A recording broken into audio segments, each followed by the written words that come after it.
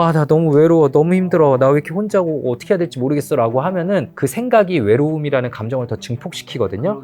일부러 생각에 다른 이름표를 붙여줘야 돼요. 아, 나 지금 한적하구나. 그럼 이 한적함을 어떻게 활용해 볼까? 뭘로 채울까? 자, 정신과 원장님에게 제가 궁금한 건데 아무래도 워낙 많은 사람들 만나고 심리도 좀 잘 아실 테니까요. 자, 거기 왔는 분들의 또 스트레스도 상당수는 전 확신하건데 인간관계 때문이라고 생각합니다. 아, 네, 100%입니다. 100%. 100%. 네. 자, 잠깐 왜 100%죠? 예전에 아들러라는 유명한 정신과 의사 이런 얘기를 했어요. 우리에게 일어나는 삶의 모든 문제는 다 대인관계의 문제다라고 얘기를 했습니다. 네, 그러니까 술 문제가 생기면 술이 문제가 아니라 술 문제 때문에 연쇄적으로 일어나는 대인관계가 문제인 거죠. 그렇다면 우리 주변에 어떤 사람이 있냐가 참 중요하다는 얘기일 텐데 옆에 두면 좋은 사람들의 특징은 뭐고 우리 어떤 사람을 좀 곁에 두고 살아가야 되죠? 딱 하나로만 요약을 하자면 일단은 공감 능력이 있는 사람을 옆에 둬야 됩니다. 이건 너무 뻔한 진실이에요. 공감 능력. 내 입장에서 생각해 줄 줄 알고 좀 양보해 줄 줄 아는 사람. 이거 유명한 자기계발서로 알고 있는데 한 10년 전에 나온 기브 앤 테이크라는 책이 있어요. 알겠습니다. 사람을 세 단계로 나누잖아요. 기버, 테이커, 매처. 세 단계로 나누죠. 기버는 주는 거 좋아하는 사람, 테이커는 취하기만 하는 사람, 매처는 남이 준 만큼만 나도 준다라는 사람. 근데 단연코 이 기버가 공감 능력이 높은 사람들이에요. 그래서 기버가 옆에 있으면은 스트레스 덜 받고 살고요. 테이커랑 매처들이 옆에 있으면은 머릿속에 생각이 너무 많아질 수밖에 없습니다. 스트레스 받고. 사람들은 항상 기본적으로 이 공감 능력이라는 거 어떻게 발휘가 되냐면 우리 뇌에 거울신경이라는 게 있어요. 거울신경. 그래서 쟤는 당연히 저렇게 하겠지라고 상상을 합니다. 나를 기준으로요. 나를 기준으로. 우리가 이거 원숭이 실험에서 발견된 건데 거울신경이란 게 바나나를 이제 예를 들어서 원숭이가 다른 원숭이한테 주고 얘가 바나나를 먹어요. 그럼 보고 있는 원숭이도 바나나 먹는 뇌의 부위가 활성화됩니다. 똑같이. 우리는 자연스럽게 남의 모습을 보면서 나는 똑같이 공감하게 되고 쟤도 나라면 이렇게 생각하겠지라고 상상을 하면서 대인관계를 하거든요. 내가 이렇게 하면 쟤도 당연히 이렇게 하겠지. 근데 기버끼리는 이거 주고받는 게 잘 되는데 매처나 테이커와의 관계에서는 결국은 항상 스트레스 받고 실망하고 상처받을 수밖에 없어요. 계속 공감 능력이 뛰어난 사람과 옆에 둬야 된다. 네. 근데 공감 능력 뛰어난 사람 되게 많거든요. 사실은 공감 능력 기본 탑재된 거니까. 근데 이거 없는 좀 사람들이 다들 너무 힘들게 만드는 거죠, 우리를. 자, 그럼 반대로 가까이 하면 독이 되는 사람의 유형은요? 어떤 사람은 손절해야 되는 거죠? 정말 이 테이커죠. 아까 말한 것처럼 호의를 당연히 이제 권리로 받아들이는 사람들 있잖아요. 공감 능력이 떨어지는 사람들은 이제 진료실에 오셔서 다들 이런 얘기를 합니다. 예를 들어서 그 사람이 알고 보니까 뭐 양다리를 걸치고 있었다. 알고 보니까 유부남이었다, 유부녀였다. 뭐 이런 얘기들을 되게 많이 들어요. 그러면은 이제 그 다음에 2차적인 연쇄 피해가 일어나는데 뭐냐면은 그 사람들이 사과도 안 합니다. 예, 사과도 안 하고, 뭐 몰랐냐? 내가 뭐 그냥 뭐 일부러 속이려고 말 안 한 거냐? 언젠가 말하려고 했는데 그냥 네가 뭔지 알게 된 건데 오히려 나에게 이렇게 화를 내냐?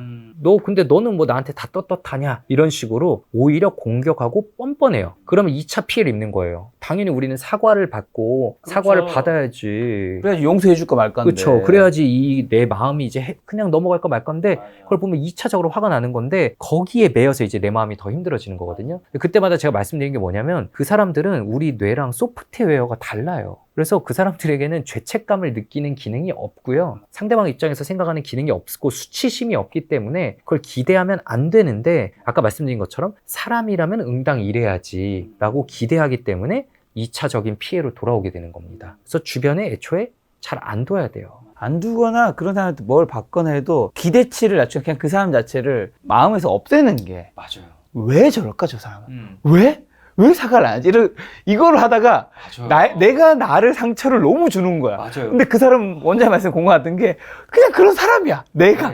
그래서 그냥 이걸 끊어야 돼. 도저히 이해가 안 되니까 뭔가 그래도 이유가 있었겠지라고 찾다 보면 그게 나한테로 그 화살이 돌아와요. 그래서 내가 뭘 잘못했나? 내가 그때 이렇게 했어야 됐다라면서 그런 막 자괴감, 자책감 때문에 힘들어진 분들이 제 진료실에 오시는 거거든요. 방금 말씀하신 것처럼 그냥 정말 내 삶에서 그냥 비워내야 됩니다. 자, 그런 게 또 극단화된 사람들이 요즘 뭐 많이 들리는 단어인 소시오패스. 이런 것들 인데 제가 알기로는 정확한 전문 용어는 아닌 걸로 알고 있긴 네. 한데 소시오패스는 어떻게 구별하고 멀리 해야 될까요? 이게 어렵죠. 저도 살면서 사실 만난 적이 있고, 저도 정신과 의사가 되고 나서도 만난 적이 있고, 이게 구별하기 어렵습니다. 어떤 특징이 있죠? 사실, 그러니까 우리가 소시오패스도 보통 이제 셜록이 자기가 하이 펑셔널 소시오패스라고 얘기를 하잖아요. 그러니까 고지능 소시오패스들은 구분하기가 너무 어려워요. 그러니까 아까 정식 용어가 아니라고 얘기하셨는데 소시오패스랑 사이코패스로 보통 나누고요. 이 둘 다 정식 용어는 아니고 정식 용어는 반사회적 인격이라고 합니다. 안티소셜 퍼스널리티라고 하는데 이 차이가 뭐냐면 사이코패스는 진짜 공감 능력이 아예 없어요. 상대방 입장에서 진짜 생각을 아예 못하고요. 소시오패스도 못하지만 그래도 예측을 합니다. 하는 척 할 수, 연기할 수 있는 사람들이고, 특히나 고지능 소시오패스, 고기능 소시오패스들은 이거를 굉장히 잘하는 거죠. 그래서 상대방들을 내 먹잇감처럼 사실 가지고 놀 수가 있어요. 되게 사람 좋게 이렇게 미소 띄고 나는 너에게 이런 이득을 줄 거야 라고 얘기하면서 다가오는 것들을 굉장히 잘하거든요.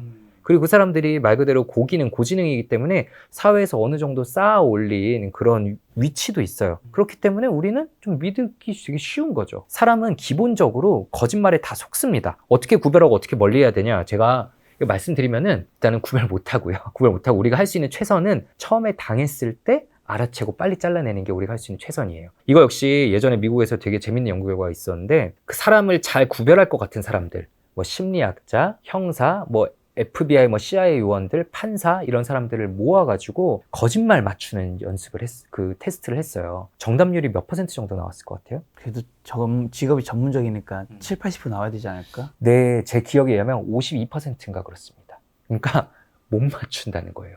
거짓말은 기본적으로 못 맞춰요. 그럼 사람이 왜 못 맞출까요? 기본적으로 사람은 타인의 말을 믿는 게 디폴트 값이라고 합니다. 우리 뇌는 그렇게 만들어져 있어요. 말하면 일단 믿어요. 그거를 진실이라고 디폴트 값으로 놓고 듣기 때문에 우리는 다 속을 수밖에 없는 거거든요. 근데 간혹 가다가 안 속는 사람들이 있다고 해요. 그 사람들이 보통 보면 오히려 공감 능력이 떨어지는 사람들입니다. 안 속는 사람들은 오히려 삶이 더 힘들다고 해요. 보통 보면은. 그래서 속은 거는 당신의 탓이 아니다. 사람이라면 누구나 속을 수밖에 없고, 그러니까 자책하지 말고 지금이라도 최대한 빨리 그 관계를 잘라내라라는 게 우리에게 최선이라는 거죠. 원장 말씀이 저 잘 안 속는데 얘기하려고 했는데 그럼 내가 약간 소시오패스 기질인 거야. 그런 나를 갉아먹는 인간관계는 나에게 어떤 상처를 주고 만약에 그렇게 안 끊어내고 참기만 하면 어떻게 될까요? 정말 착취당하죠. 우리가 이제 호의가 계속되면 걸린 줄 안다는 말이 저는 뭐 진료실에서 진짜 말도 안 되는 얘기들 많이 듣습니다. 자기가 회사를 다니면서 그 연인이나 다른 이제 만나는 사람의 일까지 다 해주고 뭐 학교 숙제 자기 거 하면서 남의 거 다 해주고 그걸 당연하게 여기고 못하면은 스스로에게 죄책감 느끼고. 근데 그 사람이 처음부터 그렇게 호구였겠어요? 아닙니다. 처음에는 진짜 멀쩡한 사람이었는데 그런 관계가 지속되면 이렇게 일종의 우리 요즘 너무 많이 쓰는 용어인 가스라이팅이 있죠. 가스라이팅이 자연스럽게 들어가게 되거든요. 저도 저희 채널에서도 얼마 전에 이제 가스라이팅만 전문적으로 파는 정신과 의사 선생님이 계세요. 너무 궁금해가지고 그분을 불러가지고 저도 물어본 적이 있었거든요. 아니 그 가스라이팅을 되게 많이 하는 그런 소시오패스들이나 나르시시스트 같은 사람들은 어떻게 그렇게 한결같이 똑같이 하냐. 무슨 그 학원이 있는 것도 아니고 어떻게 그렇게 사람의 마음을 똑같이 가지고 노냐라고 여쭤봤더니 그냥 그 사람들의 뇌 시스템이 그렇기 때문에 자연스럽게 나오는 거라고 해요. 다른 사람들을 착취할 수 있는데 굉장히 이렇게 최적화되어 있는 뇌를 가지고 있고요. 그 사람들의 생존 방식인 거죠. 그래서 우리가 이길 수가 없고요. 또 흔히들 많이 이제 좀 빠지게 되는 이 오류가 뭐냐면은 너무 이제 화가 나는 거예요. 그래서 사과를 받아야겠는데 사과도 못 받는다는 걸 깨달았어요. 그럼 그 다음에 든 생각이 복수해야지입니다. 근데 복수해야지라고 하면은 그게 성공적인 결과로 이어지는 경우도 있겠지만 안 좋게 이어지는 경우들을 더 많이 봅니다. 결국은 그 사람하고 뭔가 계속 연이 이어져 나가게 되는 거잖아요. 계속 연락 주고받고 그러면은 내 마음만 그리고 내 삶만 무너지게 되는 경우들이 더 많아요. 자, 그 복수하면 이제 생각나는 게 이병헌과 최민식의 악마를 보았다. 네. 저 이 영화 되게 재밌게 봤었는데 안 보셨죠? 네, 저 보지는 못했습니다. 마지막에 이제 대부분 시청자분 죽으려 아실 테니까 네네. 최민식이 이제 이병헌의 아내를 죽이고 네네. 이병헌이 그걸 복수하는 과정에서 최민식도 복수를 하고 결국 이병헌이 마지막에 최민식을 죽이는데 죽이고 복수를 하고 갔는데 나왔을 때 그 표정이 있거든요. 네. 그 표정이 막 통쾌하고 그런 표정은 아니에요. 아내가 죽을 정도면 복수해야죠. 그치? 그거는 복수해야 되는데, 복수해야지. 예, 저도 무조건 복수하지 말라 이건 아니고요. 근데 어느 순간부터 내 삶이 좀 복수에 잡아먹힌 것 같다라고 한다면은 조금 브레이크 거실 필요가 있고, 근데 이런 거를 주변 사람들 눈에는 기가 막히게 보입니다. 그렇죠. 주변 사람들은 야, 너 어느새부터 이거 아니야 라는 거 아는데 본인이 그 상황에 처하게 되면은 스스로 컨트롤 못 하시거든요. 맞습니다. 만약에 뭐 말씀하신 대로 내 가족을 건드린 건 그렇게 해야 되는 경우도 있을 수 있겠지만, 우리가 뭐 가벼운 복수라고 한다면 이제 도로에 딱 나갔는데 뭐 갑자기 뭐 끼어든 거나 했을 때 뭐 따라 붙어서 또 옆에서 소리 지르고 빵빵하고 뭐 앞에 갑자기 가서 막 길 막고 하는 경우 있잖아요. 굳이 저는 생전 모르는 사람과 그걸 그렇게 사고로까지 만들 필요가 있을, 그게 나한테 정말 득이 되는가? 아, 우리가 똥 밟으면 똥한테 복수 안 하잖아요. 똥이야 이러고 막 피하잖아요. 그거랑 똑같이 최대한 빨리 떨어지셔야 돼요. 지는 게 아니라 현명한 방법이고요. 우리가 화를 내면 강해진 듯한 느낌이 든다고 해요. 그리고 내가 옳다는 느낌이 더 강해진다고 합니다. 그러니까 우리 화에도 중독성이 있는 거거든요. 그게 나를 결국 집어삼키고 내가 1차 피해자다라는 사실이 잊지 않으셨으면 좋겠어요. 지금 말씀해 주신 인간관계는 이제 기존에 좀 어느 정도 친분이 있는 사람들과의 인간관계인데, 우리가 초면을 만나는 사람도 많잖아요. 네네. 아무래도 초면에 호감이 가는 거, 뭐 대부분 호감 가고 싶으실 텐데, 호감이 가는 사람의 특징과 어떻게 하면 좀 호감을 살 수 있죠? 초면에 만나는 사람들이 너무 많다 보니까 궁금합니다. 이런 거. 이거는 뭐 아까도 말씀드린 것처럼 깔끔한 외형도 되게 중요하다고 생각을 하고요. 네, 정신과 의사가 이런 말 하냐 싶으실 수 있겠지만 정말 중요하고요. 내가 잘생기고 못생기고와 별개로 깔끔한 외형이란 거는 당연히 가능하거든요. 네, 깔끔한 외형은 되게 중요하고요. 다른 채널에서도 말한 적이 있는데 말 끊지 않는 게 제일 중요하다고 생각을 합니다. 우리가 처음에 만나면은 이제 뭔가 다른 사람과의 관계에서 나를 어필하고 싶고, 그런데 그 마음이 나한테만 있는 게 아니라 저 사람한테도 있잖아요. 그러니까 공감 능력이 높은 사람은 당연히 상대방은 뭘 원할까라고 상대방 입장을 생각하면서 많이 들어요. 그러면 상대방도 편안함을 느끼고, 거기서 그 사람이 만약 공감 능력이 있는 사람이라면 너무 내 말만 했네? 미안하다. 그럼 이제 이 사람에게 찬스를 줘야지라고 서로 주고받는 게 거기서부터 벌써 됩니다. 근데 약간만 말했는데 바로 근데 저는요. 저도 그래요. 라면서 자기가 꼭 중심이 돼야만 하는 사람들이 있어요. 그러면은 사실 이제 좀 불편해지고 힘들어지죠, 관계가. 그 관계는 그리고 앞으로의 관계에서도 뭔가 주고받는 게 잘 안 될 가능성이 높습니다. 말 끊지 않고 경청. 쉽지 않죠. 초면에 거부감이 드는 사람의 특징이랑 하지 말아야 되는 건 뭐가 있을까요? 이거 역시 방금 말한 거랑 딱 이어지는 거죠. 지금 말 끊지 마세요. 말 끊지 마시고요. 또 이제 진짜 대표적으로 하지 말아야 될 게, 생각해보면 저도 어릴 때 조금 했던 것 같아서 참 후회되는 거기도 한데, 여러 사람 앞에서 유머로 누구를 면박 주는 거. 자기를 자학개그 하는 것도 아니고 그쵸. 남을 하는 거. 내가 그냥 순간에 이목을 끌고자 누구를 나락으로 보내면서 딱 이목 끄는 거. 진짜 미성숙한 행동이죠. 저도 어릴 때 참 미성숙해서 이랬던 적이 몇 번 있는 것 같아서 참 후회가 되는데, 생각해보면은 그거 역시 진짜 누군가에게 칼 꼽는 거고요. 그래서 나에게 잠깐 돌아온 대중의 이목이란 거는 그렇게 길게 가지 않습니다. 사람들이 보면서 쟤 재밌다 하겠지만 그 다음 순간 쟤는 언제든 날 저렇게 보낼 수 있어 라고 좀 리스크를 느낄 수 있는 사람이 되는 거잖아요. 항상 제가 아까 기버, 테이커, 매쳐도 얘기했지만, 내가 주기만 하고 듣기만 하는 건 사실 상대방에게 기회를 주는 거잖아요. 주기만 하는 게 내가 이렇게 자기 PR의 시대에 내가 뒤로 밀려나는 거 아닌가, 내가 잃는 거 아닌가라고 느낄 수 있지만, 결국은 기버가 더 큰 성공을 거둔다라는 게 사회생활의 핵심인 것 같습니다. 관계에서 정말 중요한 거는, 사실 어쨌든 누군가가 남자 아니면 여자 남자 만나도 주로 가장 많이 서로가 소통하는 방법은 결국 대화인 거잖아요. 네네.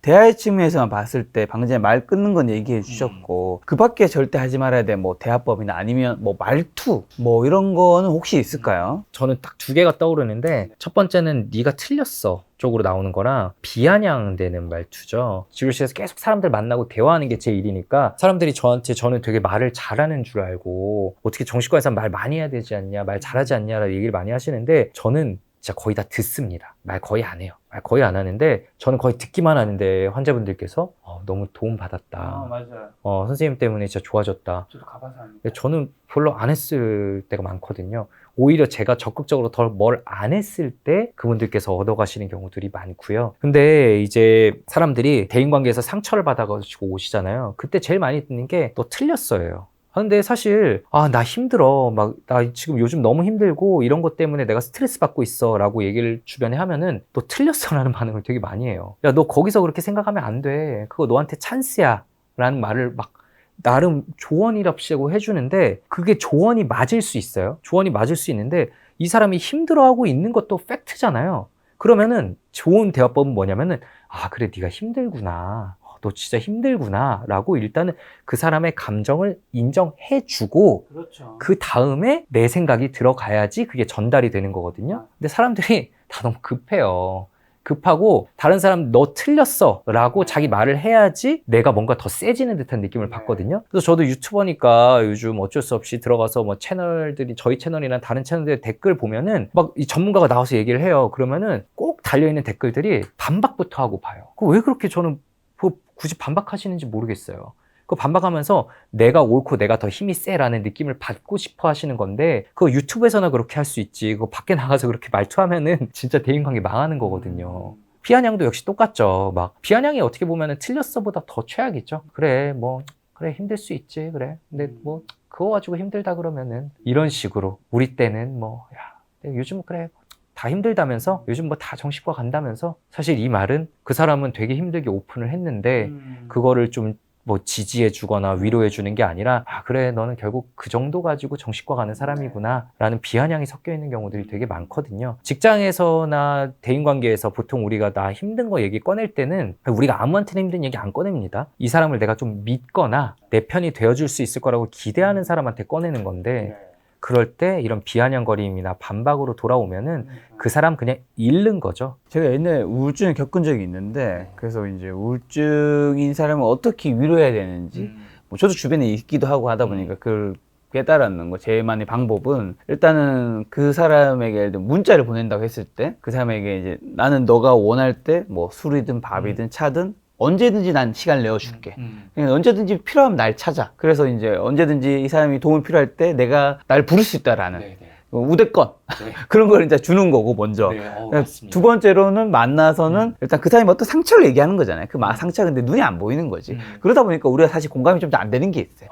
상처가 여기 뭐가 있어. 야, 그거 진짜 아플 텐데라고 하는데 안 보이는 거니까 공감이 안 되는데 그 상처에 대해서 좀 최대한 공감하려고 하는 거랑 플러스로 그 사람 이야기를 좀 들어주는 거. 저는 사실 이 세 가지가 거의 전부인 것 같더라고요. 아, 맞아요. 저는 진짜 거의 똑같이 얘기합니다. 저도 유퀴즈에 나가서 지금 우울한 사람한테 어떻게 대해줘야 되냐 물어봤을 때도 똑같이 얘기했어요. 나는 항상 네 편이고 네가 부르면 언제든 있다라고 전달해 주는 게 1번이다 라고 말씀을 드렸고요. 아까 말씀해 주신 것처럼 공감 안 되는 경우들 되게 많습니다. 저도 뭐 정신과 의사로서 이게 되게 민감한 말일 수 있는데 근데 저분 어떻게 이거 가지고 무너지나 싶을 때도 솔직히 있고요. 당연히 있겠죠. 네. 근데 저분은 되게 피해자처럼 얘기하시지만 나는 그 가해자의 입장도 이해가 가는데 라고 느껴질 때도 있어요. 근데 그게 제 전부가 아니고요. 어쨌든 이분이 힘들어하는 거는 사실이잖아요. 그렇죠. 그러니까 아까도 말씀드린 것처럼 감정에 일단 인정하고 그 감정은 그분 거니까 그걸 우리가 부정할 수 없어요. 그분이 그렇다는데 그분이 힘들다는데 너가 힘들구나. 힘들어서 이렇게 정신과까지 올 정도가 됐구나 라고 인정해 주는 게 좋은 관계를 맺는 1번이거든요. 근데 거기서 내가 잘났다고 야, 너 그거 아니야. 너 틀렸어 라고 하면은 결국 나중에는 당신 곁에는 이렇게 사람들이 별로 없을 수가 있어요. 판결은 법원에서 하시고요. 자, 그러면 인간관계에서 절대 하면 안 되는 것 중에 하나로 어딘가에서 성급한 걸 얘기하시더라고요. 이건 어떤 의미예요? 제가 진료실에서 어쨌든 대인관계에서 상처받은 분들의 공통점을 보면요. 이게 그분들이 그럴 수밖에 없는데 일단 기본적으로 대인관계에서의 상처나 결핍이 있어요. 그러면 이런 결핍과 상처가 있는 분들은 이런 표현이 좀 구시대적이긴 하지만 백마탄 왕자 같은 어떤 상대방을 그립니다. 나의 상처를 한 번에 없애줄 수 있는 완벽한 대상, 그런 이상적인 대상을 그리거든요. 그래서 친구가 내 대인관계로 너무 힘들었다 그러면은 이 사람은 진짜 좋은 친구 같은데 완벽해 보이는데 혹은 내가 연인관계로 너무 힘들었다 이러면 이 사람 만나려고 이렇게 힘들었구나 라고 확 쉽게 빠져들어가면은 그런 이상화는 결국에 평가절하가 결국 관계에서 실망과 상처로 끝나는 경우들이 많아요. 보통 이럴 때는 뭐냐면은 내 눈앞에 있는 상대방, 진짜 상대방을 보는 게 아니라 내 마음속에 가지고 있는 환상을 더 씌워보는 겁니다. 우리가 처음에 저는 진료실에서 이런 얘기들을 듣는데 예를 들어서 막 연애 이제 시작한 지 얼마 안 됐고 막 2, 3개월 지났는데 이 사람 이제 보니까 너무 안 좋은 사람인 것 같고 혹은 이제 헤어졌는데 너무 힘들고 막 이런 얘기를 해요. 그럼 전 가끔 이런 질문 던집니다. 그 사람에 대해서 뭘 알아요? 우리가 어떤 사람은 한 2, 3개월 뭐 만나서는 사실 몰라요. 그 사람에 대해서 전혀 모르는데 내가 가지고 있는 환상을 덧씌워서 얘는 이런 사람일 거야 라는 기대를 가지고 내가 성급하게 막 그 관계 안으로 확 들어가서 특별한 관계가 되었다고 믿고 그랬다가 이제 진실을 알게 되면은 나 혼자 실망하고 상처받고 이게 반복되는 경우들이 많거든요. 대인관계에서는 그래서 서두르시면 안 돼요. 서두르시면 안 되고 항상 좀 느긋하게, 그러니까 대인관계를 잘하는 사람들은 공통점이 뭐냐면은 나는 네가 마음에 드는데, 이 마음에 드는 건 표현할 수 있어요. 나는 마음에 드는데 나는 너가 없어도 잘 살 수 있는 사람이기 때문에 그렇게 뭐 고프지는 않아 정도의 포지션에 머무르는 사람들이 타인에게 매력적으로 보이고 건강한 관계를 맺어갈 수 있습니다. 네가 없어도 잘 살 수 있어라는 멘트 해주셔서 그게 결국 외로움을 좀 잘 견디는 사람들일 텐데 외로움 많이 타는 분들이 있잖아요. 그런 분들에게 좀 어떻게 하면 혼자 있는 능력을 좀 키울까요? 사실 저도 주변에 보면 이제 연애를 끊이지 않고 계속 딱 헤어지면 바로 또 누군가 사귀고 하는 사람들 보면 물론 그 친구가 매력적이어서 그런 것도 있겠지만 때때로는 너무 그런 걸 보다 보면 이 친구는 혼자 있는 시간을 아예 못 견디는구나 그런 생각도 들 때가 있더라고요. 네, 저도 젊을 때 좀 혼자의 시간을 많이 못 가져서 많이 후회가 되기도 하고 저희 부모님도 저를 좀 걱정하시기도 했다고 들었는데 이게 어릴 때는 좀 미성숙한 경우도 많으니까 근데 나이가 들어서도 내가 계속 그런다면은 내가 너무 혼자인 시간을 못 견디나 이 원인이 어디에 있나를 일단은 좀 돌아보실 필요가 있어요. 그리고 일단은 외로움을 못 견디실 때 이 외로움에 대해서 좀 다르게 표현을 해야 됩니다. 내가 한적하구나 지금 이라고 표현을 바꿔봐야 돼요. 나 너무 외로워, 너무 힘들어, 나 왜 이렇게 혼자고 어떻게 해야 될지 모르겠어 라고 하면은 그 생각이 외로움이라는 감정을 더 증폭시키거든요. 일부러 생각에 다른 이름표를 붙여줘야 돼요. 나 지금 한적하구나. 그럼 이 한적함을 어떻게 활용해 볼까? 뭘로 채울까? 어차피 나 좀 있으면 또 누구 만날 건데 만나면 못할 지금 할 수 있는 것들은 뭐가 있을까도 생각을 해보셔야 되고요. 사람은 결국에는 사회적인 동물이기 때문에 혼자 못 삽니다. 그렇죠. 외로움 느끼는 건 당연한 거고 생존을 위한 거예요. 그래서 저는 이 펜 가지고 자주 표현을 하는데 혼자 못 써 있어요. 쓰러지잖아요. 그래서 우리가 이 받침대, 나무들 보면 받침대 있는 것처럼 받침대가 필요한 경우들이 있는데 이 외로움에 시달리고 대인관계에서 계속 실패하시는 분들은 보면은 이 완벽한 하나의 받침대를 갖기를 바래요. 완벽한 연인, 소울 프렌드 이런 대상을 갖길 바라는데 그래서 그런 환타지를 상대방에게 덧씌웠다가 상처받고 이걸 반복하는 겁니다. 그럼 어떻게 해야 되냐? 그냥 아주 약한 연결고리 여러 개를 세운다라고 생각을 하셔야 돼요. 느슨한 대인관계가 가지는 힘이 있습니다. 저 같은 경우는 아까 제가 농구도 얘기를 했잖아요. 저는 농구를 이제 두 팀에서 뛰는데 한 팀은 제가 학생 때부터 같이 해오고 있는 좀 친하고 오래된 친구들이고 한 팀은 좀 느슨한 대인관계예요. 몇 년째 농구를 같이 하고 있지만 사실 이제 밤에 농구를 해서 술자리도 잘 못 갔고 제가 개인적으로는 잘 모르는 친구들입니다. 근데 너무 좋아요. 몇 년째 함께 하다 보니까 나는 어느새 여기 소속감을 느끼고 있고 느슨한 대인관계이지만 어떻게 보면 내 정체성 중에 하나가 되는 거죠. 이런 느슨한 대인관계들, 내가 어디서 예를 들어서 독서 모임에 나간다. 그럼 거기서 누군가와 꾸준히 대화를 하고 사적인 대화를 맺지 않아도 거기 그냥 포함되어 있는 것만으로도 느슨한 대인관계가 만들어집니다. 그렇죠. 교회나 성당에 나가서 꼭 나중에 조별 모임을 추가로 하고 사적인 그룹을 만들지 않고 거기 안 들어가도 그냥 매주 거기 왔다 갔다 하는 것만으로도 나에게는 소속감과 안정감이 생겨요. 이런 자잘자잘한 안정감들을 주는 관계들이 어느새 나를 더 이렇게 자신감 있게 당당하게 만들고요. 외로움을 덜 느끼게 만들어요. 그러면은 나는 이제 앞으로 누군가를 만날 때 더 여유 있고 너가 굳이 없어도 되는데 있으면 더 좋겠다라고 말할 수 있는 사람이 되는 거죠. 자, 그럼 이제 인간관계 정리하는 마지막 질문으로 아까 처음에 이제 원장님께서 병원에 찾아오는 대부분은 인간관계 스트레스 때문에 온다고 해주셨는데 인간관계 스트레스 해소하는 방법만 좀 알려주신다면요. 제가 개인적으로 좋아하는 이 다른 정신과 의사 유튜버 정우열 선생님께서 되게 자주 하는 말이 있습니다. 사람은 다 별로다.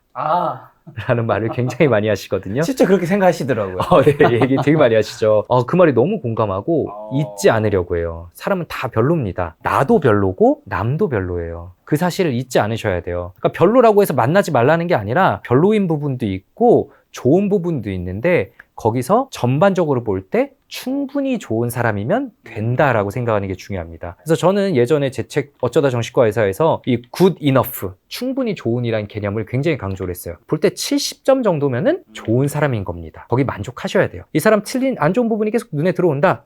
일단 모든 사람은 다 안 좋으니까요. 과연 나는 그 사람에게 돌을 던질 자격이 있는가 한번 돌아보시고요. 그래도 얘는 전반적으로 이런 면에서 좋은 사람이니까 라고 생각할 때 그 관계가 길게 가실 수 있고, 그리고 길게 가다 보면은 좋은 부분이 점점 더 보일 겁니다. 정우영 원장님과 친분이 있으신가요? 아무래도 저희가 아이덴티티를 공유하는 부분이 많다 보니까 같이 유튜브와 네, 정신과 네, 간간히 뵙고 있습니다. 그럼 서로는 서로를 별로라 생각하고 있겠네. 아마 그럴 것 같아요. 참 좋은 관계다. 자, 오늘 원장님 모시고 무기력과 자존감 그리고 중독 그다음 인간관계에 대해서 여쭤봤는데 많은 분들이 여기에서 고민들 많이 있으실 텐데 여기서 조금이라도 해결책 뭐 방법도 찾아가셨으면 좋겠고 오늘 못다한 우울증 관련된 이야기 2018년에 우울증을 진단받았던 김 작가는 지금 과연 건강하게 잘 살고 있는가 그런 이야기도 한번 여쭤보는 시간 가져보도록 하겠습니다. 오늘 만난 손님은 김주영 원장님이었습니다. 지금까지 여러분 소중한 시간 함께 해주셔서 정말 감사합니다. 오늘도 김 작가였습니다. 고생 많으셨습니다. 감사합니다.